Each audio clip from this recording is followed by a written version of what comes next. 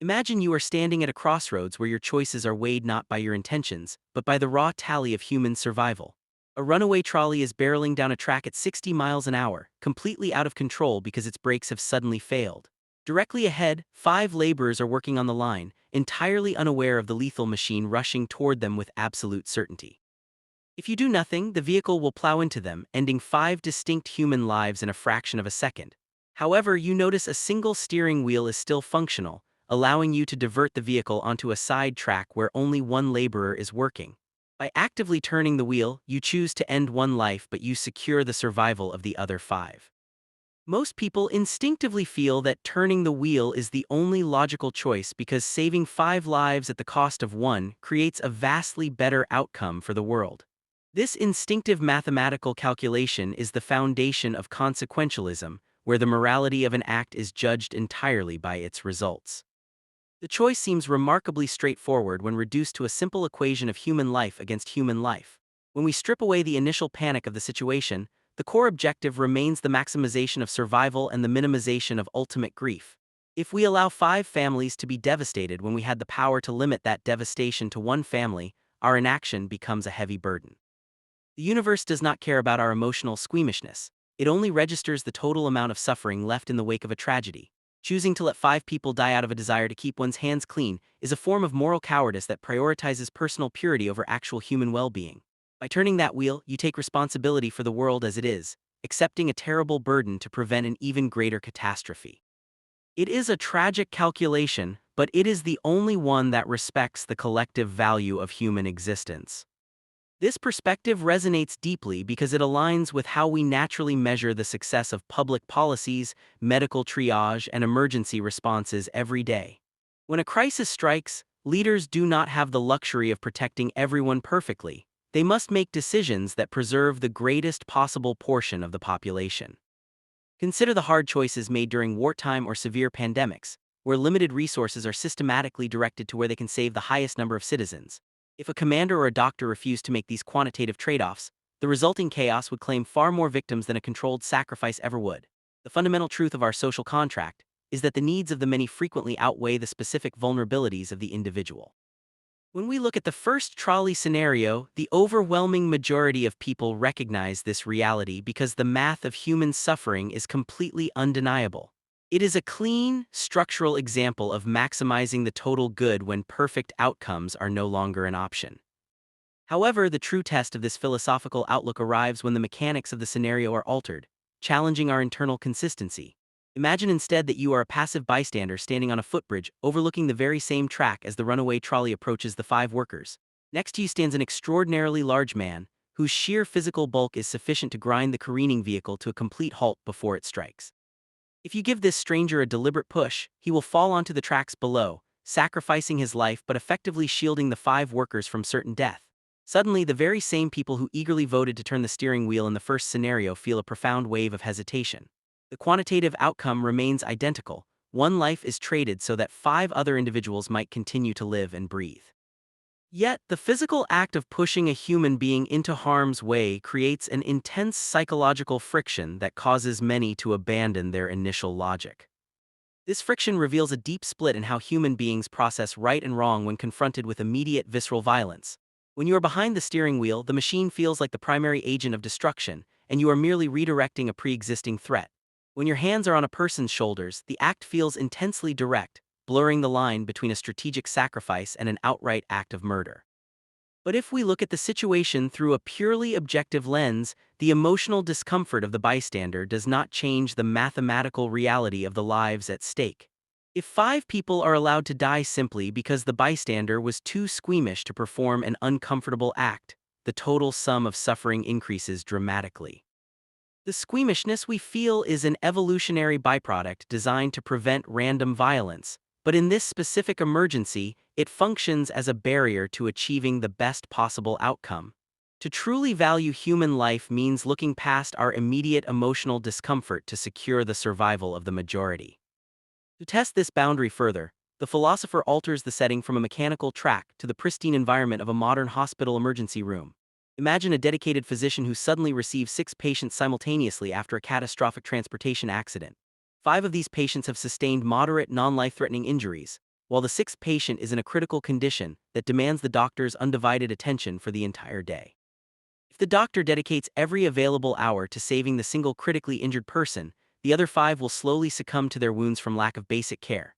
Conversely, if the doctor focuses entirely on stabilizing the five moderately injured individuals, the critically wounded patient will undoubtedly pass away. In this specific medical crisis, the public almost unanimously agrees that the doctor must focus on the five. The reasoning remains perfectly consistent with our initial instincts, because it is far better for one family to mourn than for five families to be destroyed by a rigid refusal to prioritize. But what happens when we push this medical analogy into its most extreme, unsettling manifestation? Imagine a brilliant transplant surgeon who has five distinct patients, each desperately fatting away due to the failure of a specific vital organ.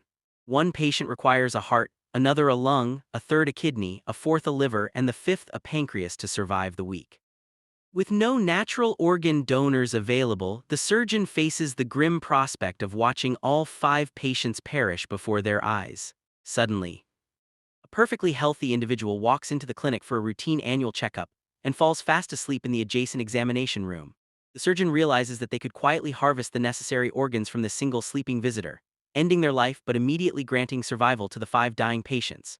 When presented with this case, the crowd recoils in absolute horror, completely unwilling to endorse the sacrifice of an innocent person in a hospital bed.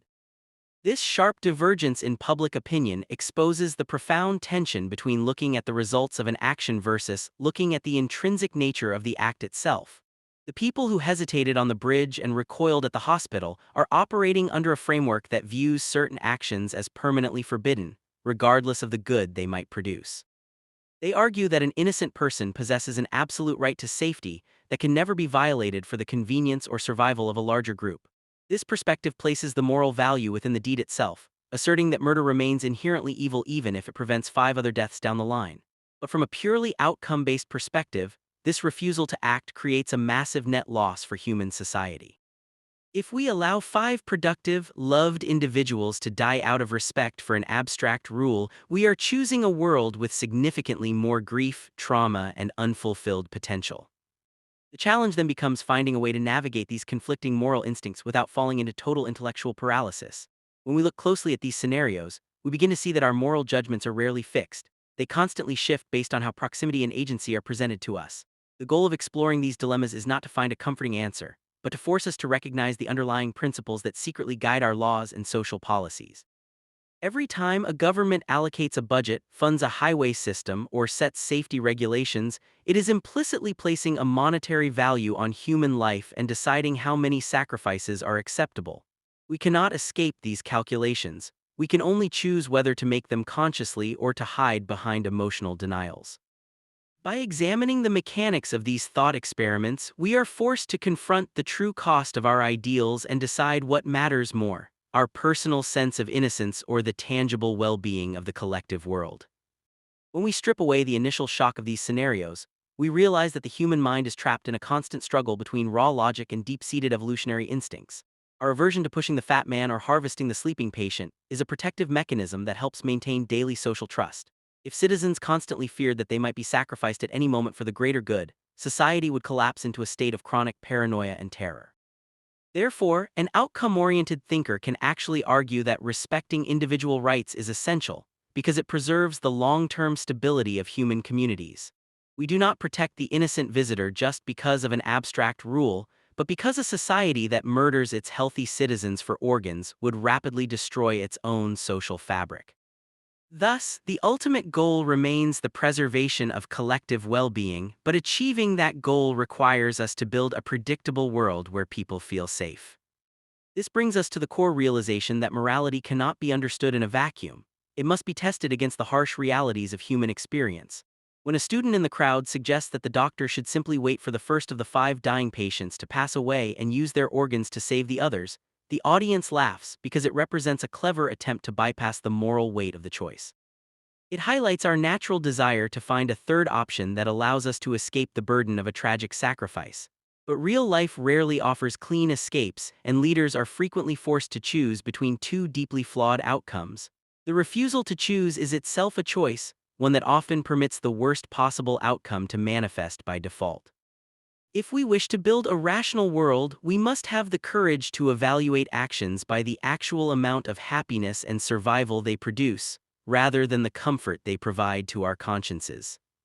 The philosophical journey through these dilemmas forces us to acknowledge that our initial, unexamined reactions to right and wrong are often deeply contradictory.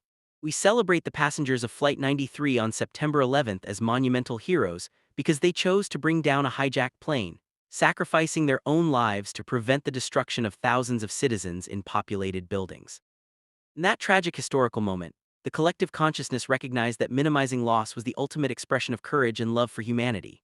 Yet when the exact same logic is applied to a hypothetical hospital room, we suddenly falter and label the identical calculation as an atrocity. This inconsistency suggests that our moral frameworks are often built on shifting sands, heavily influenced by narrative framing, emotional proximity, and the illusion of passive neutrality. To build a truly just society, we must strive for a level of consistency that transcends our immediate emotional reactions to specific narratives. If we truly believe that every human life holds equal weight, then 5 lives must mathematically possess greater value than a single life in an emergency scenario.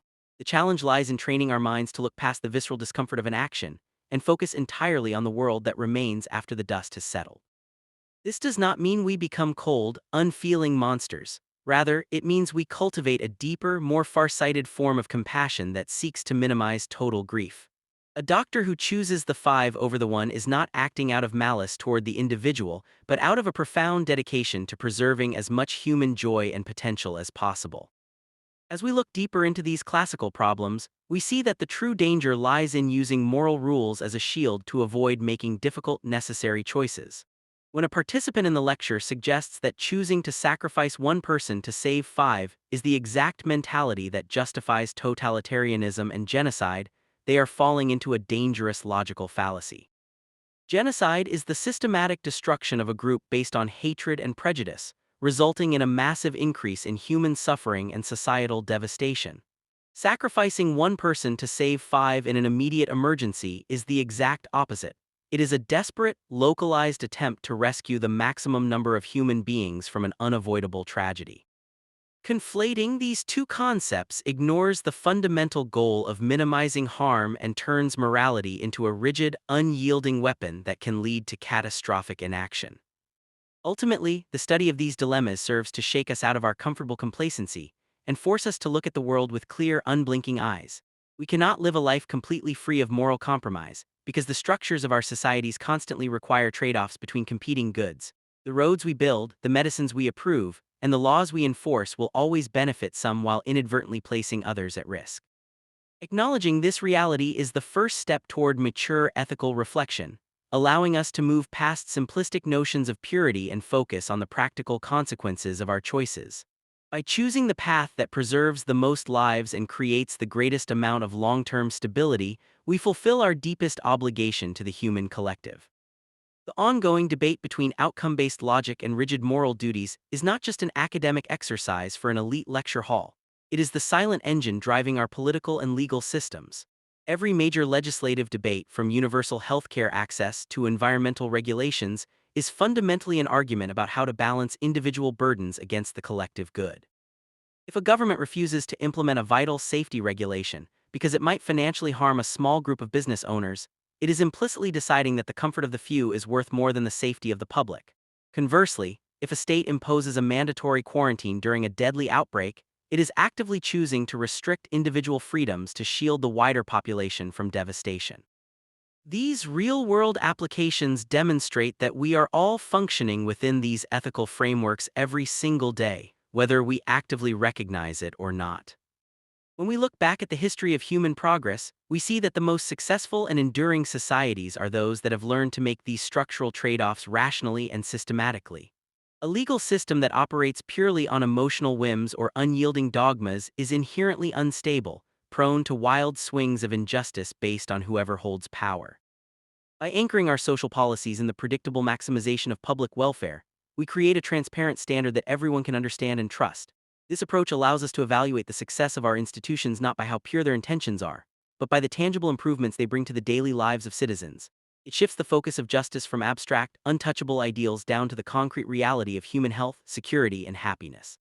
However, the transition from intuitive moral feelings to structured, logical reasoning is often accompanied by a profound sense of personal disorientation. As the philosopher warns his students, engaging with these ideas carries a distinct risk of making the familiar world appear suddenly strange and unsettling.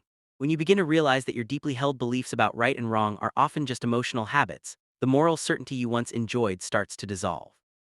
This loss of innocence can be deeply uncomfortable, leading some to retreat into a protective state of skepticism where they claim that all morality is entirely subjective.